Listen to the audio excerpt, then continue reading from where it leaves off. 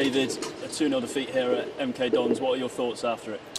Yeah, really disappointed. I've just said to the players then, I don't think we give ourselves any chance when you concede such poor goals and miss so many promising positions. They don't end in shots, but the promising positions where we get down the side of the box and we've got to pick somebody out, or the quality of the crossing, or we're a 3v2 and we have to slip a pass or even one-on-one with the goalkeeper and it kind of runs under our foot. I said, if you don't do those things well enough, you don't win games, as stating the obvious, but it's been the case since long before I come here, clearly, but even since I've come here. So that makes it disappointing, because the score, in my personal opinion, doesn't overly reflect the game. I thought they had loads of possession. That was absolutely fine. We wanted them to, because we knew that if we got a ball win, there was counter-attacking chances, and that actually panned out. But we didn't execute the final pass or final touch properly, which would have resulted in some big chances on goal, one-on-one with keepers and bits and pieces like that. So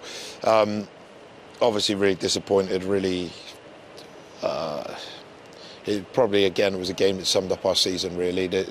Too soft at one end, 6v1 in the box, a slip over and then they score, and then a cutback, which, from the edge of the box isn't a powerful strike, shouldn't hit the back of the net.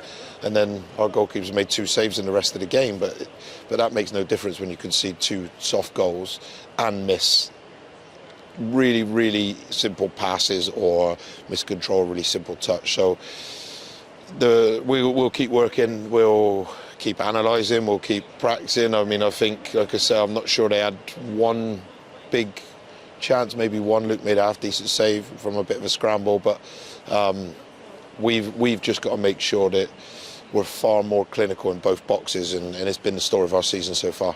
Well, you mentioned those moments that didn't lead to shots. I think it's 2 goals in the last 5 league games. So how do we get to that next point of, I guess, taking the shots? Yeah, listen, I think there's 2 parts to it. So there's, as Callum, Matty Stevens get fitter, match fitter, I think that comes back. Listen, we haven't rushed them back because of what's happened before, but when you come back into play and starting to play significant minutes, then obviously that can catch you up.